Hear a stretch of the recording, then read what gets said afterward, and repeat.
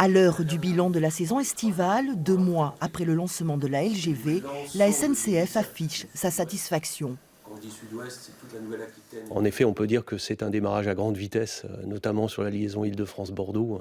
Cet été, on a eu un trafic vraiment assez soutenu et l'augmentation de trafic par rapport à l'année dernière est vraiment spectaculaire puisque on fait plus de 75% de trafic entre l'Île-de-France et Bordeaux par rapport à l'été dernier. Cela fait 1 million de voyageurs transportés, un résultat qui dépasse les objectifs et place cette liaison Île-de-France-Bordeaux en tête des destinations TGV Atlantique.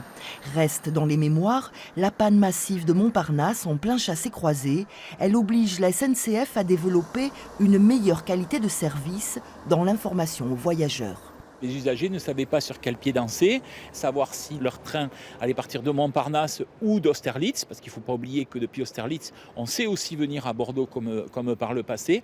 Donc il y a tout ça, il y a une mise en musique à faire, il y a peut-être une simplification à faire dans les applications de la SNCF, et ça, ce sera pour le bien de l'information des usagers. Après le tourisme loisir, celui des affaires. Depuis la rentrée, la tendance semble se confirmer avec un trafic multiplié par 2.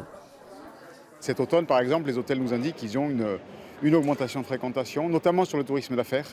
Beaucoup de réunions d'entreprises, de séminaires, etc., dont ils attribuent certains à l'arrivée de la LGV. Start-upers, étudiants, tourisme d'affaires, l'attractivité de Bordeaux se poursuit et progresse en moyenne de 5% par an depuis 15 ans. Elle pourrait se renforcer à grande vitesse.